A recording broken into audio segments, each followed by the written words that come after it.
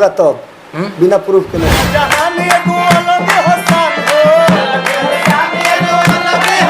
संगीत के माध्यम से हमनी के जनाले कि हमनी के मनीष कश्यप भाई हो, हमारा बिहार के लाल हो, एगो नवजुवक नौकी पीढ़ी में बड़े अच्छा विचार के हमनी के बात है जैसे निकल अजय के केस को दे कुछ नेता मंत्री वालों कि जगह पर बहुत बढ़िया केस ऐसे लग गया था, इसका मतलब वो गलत हो गए। एक तरफ जहाँ जिस इंसान के लिए एनएसए लगा हुआ है, उसी तरफ पूरे देश में उस इंसान के लिए समर्थन में लोग तरह तरह के वीडियो बना रहे हैं और बहुत जगह वो वीडियो वायरल भी हो रहा है। अभी मौजूद है बक्सर में संगम स्टूडियो में, जहाँ से कि एक वीडियो काफ़ी तेज़ी से वायरल हो रहा है। बहुत सारे लोग उस गाने को पसंद कर रहे हैं। आखिर क्या वजह हो सकती है? सबसे पहले हमारे साथ जो भी टीम जो है कि जहाँ से ये वीडियो वायरल हो रहा है, सभी लोग उसमें भी वीडियो में भी हैं, तो सबसे पहले स्वागत है। क्या कुछ कहना चाहेंगे जैसे वीडियो आपका वायरल हुआ? तो JBA न्यूज़ के माध्यम से देखा था हमनी के वगैरह के तहे दिल से प्रणाम बाटे, नतमस्तक बा। ये जिस इंसान पे एनएसए लगा हुआ है, नेशनल सिक्योरिटी एक्ट, उस इंसान के लिए आप गाना बना रहे हैं। क्यों हम कोई पहला व्यक्ति थोड़ी है जो उनके ऊपर गाना, हजारों गाना बने हो। मैं आप क्यों बना रहे हैं? जिसको मतलब कि अभी कोर्ट में उनका मामला चल रहा है, अब गलत है नहीं है ये तो बाद में पता चलेगा, लेकिन जो अभी एनएसए लग गया था इसका मतलब वो गलत हो गए हैं क्या? वो साबित नहीं हुआ ना, अभी साबित नहीं हुआ, लेकिन सुप्रीम कोर्ट में भी याचिका खारिज कर दी गई थी। आपको पता है ना ये बात? खारिज कर दी गई थी तो इसका तो मान लीजिए सही क्लियर तो तब होगा ना जब इसका फैसला आएगा। और उससे हमारा संगीत से कोई मतलब नहीं है। कलाकार के एगो स्तर दूसर होला। तो मतलब कलाकार हैं आप, अच्छी बात है, कलाकारी कर रहे हैं, अच्छी बात है, लेकिन बढ़िया आदमी पे करते हैं। अब जिन पे 12-12 केस चल रहा है, आप लोग उन पे गाना निकाले हुए हैं, काफ़ी तेज़ी से वो गाना भी वायरल हो रहा है।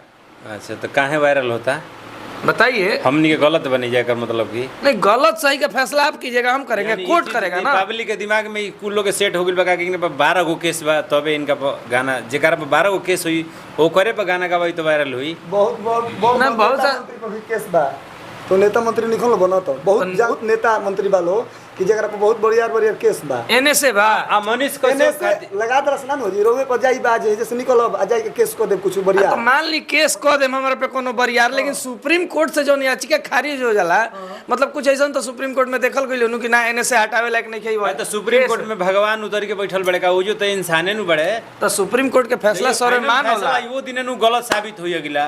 अभी एक्ट लगा दिला से का दिगा एक्ट चलो तारा पर 20 गो एक्ट लगवा के हम बताऊं एथी करवा दी केस कर दी। मतलब कहल चाहता नहीं कि जौन जतना भी इनका पे जौन आरोप लगावल गइल बा सब मनगढ़ंत आरोप बा। नहीं, ई चीज हमनी के नहीं, ई चीज हमनी कहनिहार नहीं। नहीं, आपन विचार रखियो, कोर्ट तो आपन हमनी के एगो गीत संगीत के माध्यम से हमनी के जनाले कि हमनी के मनीष कश्यप भाई हो, हमारा बिहार के लाल हो, एगो नवजुवक नौकी पीढ़ी में बड़े अच्छा विचार के हमनी के लगल है। ये के लेके हमनी के उनका खातिर गीत संगीत के माध्यम से अच्छा समर्थन के वजह का हो सकेला, क्योंकि बहुत सारा लोग विरोध भी एकर करत ताने। विचारधारा हमनी के पॉजिटिव है जा, पॉजिटिव के साथ रहनी जा। मतलब उनकर कौन विचारधारा के आप लोग फैन बन जाए? भैया हमनी के तो मान लीजिए बाद में फैन बने जाए, पूरा देश दुनिया देखो तो कि चारू ओर मनीष कश्यप के ले बा, तब हमनी के स्वर्ग से नहीं हमनियों को तो भाई एजे के न हो जा। अगर मान लीजिए तोहरे पीछे दुनिया भागते तो हमनी कहाँ भागब जो बताओ? अच्छा, देश में बहुत सारा मुद्दा बा, लेकिन मनीष कश्यप जी पे ही काहे गाना, काहे कि वो अभी सर्चिंग में बढ़े हैं चलते हैं। कुछ नहीं है, बहुत सारा मुद्दा पे हमने के गावे नहीं जा। अब वो मनीष कश्यप वाला सुनत है तो गावत नहीं जा, काहे कि वायरल हुए न तबे ना। हमनी के हर वीडियो में वायरल बा। अभी कल रात में हमनी के डलले बनी जा 4 लाख प्लस व्यूज तिरंगा वाला। तभी कहो जे देश के लेके हमनी काहे गीत गावत हैं? हम देश के लेके तो गावल मान ली हर कोई गावेला, लेकिन मनीष कश्यप के जो मुद्दा बा, माटी के चीज हमनी गावत नहीं जा, अब मुद्दा के भी लेके हमनी गाना गा सकिले जा। मतलब ट्रेंडिंग टॉपिक के लेके गाना गावत हैं जा। नहीं, हमनी के अपन माटी के चीज लेके गावत। और बात बता देता नहीं, हम ट्रेंडिंग टॉपिक के लेके गावे रहित नु तो म्यूजिक बनवा के आ कुछ वेस्टर्न आदमी गाई, लेकिन रोबा देखलो जो चीज हवा हमनी गले बन जा वो हमनी के भोजपुरी के फोक ह झूमर कहनी जा, झूमर में बात या गई तो गा देनी जा। अच्छा, सबसे पहले जो गाना वायरल होता है, जैसे सभी लोग ये टीम में सभी लोग रह जाए जब गाना चल रहा है, सिंगर मुकुल सिंह पे वायरल होता है वीडियो, और टीम के नाम हम धैले बनी बांद्री सेना, जेकर के हनुमान ई हमें और गुलाम भैया अंगद जी हमें, और ये टीम में जमाल राजा गायक और टाइगर पासवान गायक और छोट भाई राकेश रिकॉर्डिस्ट म्यूजिक डायरेक्टर, और लिखल है हमारे भाई मुकेश गीत के मुकेश यादव और विक्रांत मुंबई से चलता बड़ा भाई हमने के मैनेजर। तो ये मतलब सब लोग मिलजुल के काम के लिए बन जा हमने के, और देखिए ये सबसे पहले तो अच्छा ही लगा था कि भोजपुरी के स्टूडियो बा, भोजपुरी के गाना रिलीज होला, ऐजा हर समाज से लोग बैठल बने। हाँ एकदम देखिए काहे कि कहीं कहीं देखल गई कुछ समय पहले समाज लोग आपस में लड़त रहे, ऐजा ये चीज़ अच्छा लागल। भैया एगो और बात बताए तनी, समाज ना एमे 3 गो धर्म के आदमी बने, हमने के हिंदू है जा, हई ईसाई हमें, हई मुस्लिम हमें, ई देखी मतलब जात के तो बतिया भी हटा दी, एजा धर्मों 3 गो मतलब। और हम बाबू साहेब हैं, भैया भुनिहार हमें, ठीक, ई पासवान हमें, यादव जी हमें, ठीक नु, और वो मुसलमान हमें ना। बहुत बढ़िया बात बा, ये चलते क्या कि कुछ लोग गाना के माध्यम से कुछ समय पहले रहे लोग भोजपुरी में देख ले कम जाके के तरह के विवाद हो जाए। हाँ सही बात। तो सब जो गाना वायरल होता, मुद्दा पे हो कि जो गाना वायरल होता वो गाना के चाम के हमारे दर्शक के भी जो गाना वायरल होता सुने के मौका मिले। गीत बहुत ज्यादा रोज सब आशीर्वाद कर रहे तनी पेज को हमने का सिंगर मोती सिंह के दूल्हा प्रस्तुत अरे आ गइले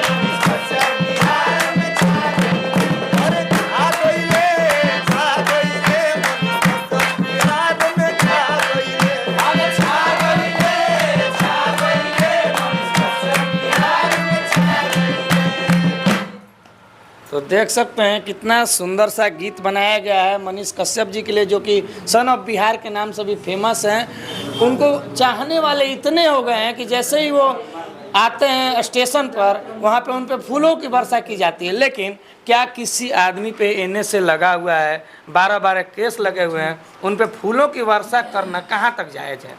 अब तो रोगो पूछ सकत रही नु वो जगह आदमी के नहीं तो राहु फैन नहीं तो राहु को बताइए चार दिल में है। मनीष कश्यप हमारे दिल में है। आप उनसे भी पूछ सकते थे जिन्होंने लगाया है।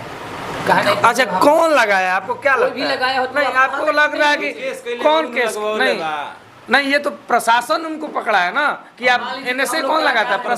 प्रशासन हमारे के कहानी के पकड़ सकता है, कहानी के पकड़ प्रशासन। तो वो केस किस लिए हुआ था आपको पता है ना? मतलब केस मान लीजिए केहू करी तबे नु प्रशासन के। नहीं वो जो वीडियो बनाए थे तमिलनाडु में बिहार के मजदूरों को पीटा जा रहा था, जिसको लेके हमने के हाथाना बड़ बोझ ढोवेल आदमी, हमने के कलाकार है जा अपना कलाकारी स्तर के लेके। तो नहीं आप मानते हैं ना कि उनको फंसाया गया है या फिर बोल सकते हैं कि केस लादा गया है उन पे, तो कौन किया है ऐसा? देखिए वो व्यक्तिगत इंसान अच्छे लगे हैं इसलिए उनके लिए हम गाना गाए हैं, ठीक। और कोर्ट कचहरी के मामला बा वो कोर्ट कचहरी समझेगी, वो चीज़ के बारे में हम नहीं कह। ऐसा नहीं है कि हम लोग तेजस्वी जी को नहीं मानते हैं, नहीं उनका नाम कहाँ से आता है? ये तो प्रशासनिक मामला है।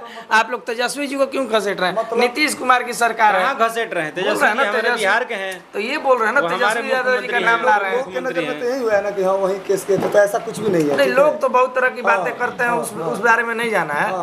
आप क्या सोचते हैं, आप ये बताइए। ये सोचे नहीं जा कि वो अच्छा यूट्यूबर हमें मनीष भैया, और सही बात भी है जौन चीज़ सच्चाई दिखावे ले ऐसे हमने के दिल में बढ़ा ना, तो ऐसा कुछ नहीं है कि हमने के मतलब अच्छा कदम उठाए। हाँ समाज खातिर अच्छा काम करे ले, और वो कभी जात पात नहीं देखते हैं, हर किसी का मदद करते हैं। अच्छा एक बात हम जानना चाहेंगे, मान लीजिए आप सर अच्छा काम कर रहे हैं, तो जितने भाई लोग बैठे हुए हैं कह रहे हैं कि नहीं विजेंद्र भैया बहुत अच्छा काम कर रहे हैं, मान लीजिए कल गए कोई गलत काम किए तो पिछला अच्छा काम को देखते हुए क्या आपको नहीं कहा जाएगा कि काम गलत किए हैं? आ जाएगा जब प्रूफ होगा तब, बिना प्रूफ के नहीं। जब प्रूफ हो जाएगा इनका के सजाई हो जाए तब हम निकला, तो जब तक इनका केस हो रही तब तक हम निकल केस धारा लगला से ना होई। ए बार तारा दिन भर में बात 400 धारा लागी जाई, तो तू वही कैटेगरी में आ जीबो। मतलब कि कहना चाहते हैं कि जितने भी फैंस लोग हैं मनीष कश्यप जी के, वो मानने को तैयार नहीं है कि उन पे जो लगा हुआ केस है वो बिल्कुल ही सही है, वो बिल्कुल ही जो केस है निराधार है। इन लोग का ऐसा मानना है। आगे कोर्ट कचहरी का मामला है, देखा जाएगा क्या होगा क्या नहीं होगा। क्या कुछ कहना चाहेंगे अंतिम में? का बनती जो लोग भी जनता से मनीष ये कश्यप अगर जी के बारे में विनती सोचते बा कि हैं। वो सब हमनी के प्यार दुलार आशीर्वाद दी ही जाए तरी हर वीडियो के हमनी के और आगे भी हमनी कंटेंट बनत रही आ खाली मनीष कश्यप खातिर ना मनीष कश्यप हमनी के बिहार के बेटा हवे नवजुवक हवे आ नव की पीढ़ी में हमनी के लागत कि ईमानदार पत्रकार हवे वो अपन पत्रकारिता करस भाई साफ सुथरा निकलस वजह से पत्रकारिता करस हमनी तो के अब फील्ड तो में कितना लोग चाहते हैं कि निकलस तो वैसे से पत्रकार ना रह के नेता बन जास बहुत सारा लोग के डिमांड भाई लोग राज कर रहा नेता बन जा हमनी खातिर बढ़िया बात बाटे पत्रकारिता छोड़ दे से ना ही पत्रकारिता और भी है हाथा ना भाई बेरोजगार बड़े उका करी तो अपना अपना दिल के फील होला ठीक नु कि हमारा जनता चाहे तो हीरो बना दी अच्छा रउआ लोग का चाहते हैं कि वो पत्रकार बन के जेल से पत्रकारे रहस या फिर नेता बन जास कोनो माध्यम से उद्देश्य के सेवा करस तो आ गेले तो हमनी के इहो कहते हैं जी कब जइबो ना करिए जैसे कैसे कोई बड़ी दिक्कत में रहन ओजा के जौन जेल रहे भारते में पड़ेला लेकिन ओ जौन बोले ला उड़िया काहे में तिड़की मिड़ी बोलत लोग बेचारा कुछ मांगत हुई लोग अपना भाषा में तो थोड़ा दिक्कत हो अपना क्लाइमेट में आ गेले मिजाज तनी मुराल ऊपर भइल होई तो फिर गई नहीं जा हमनी के कि ना जई है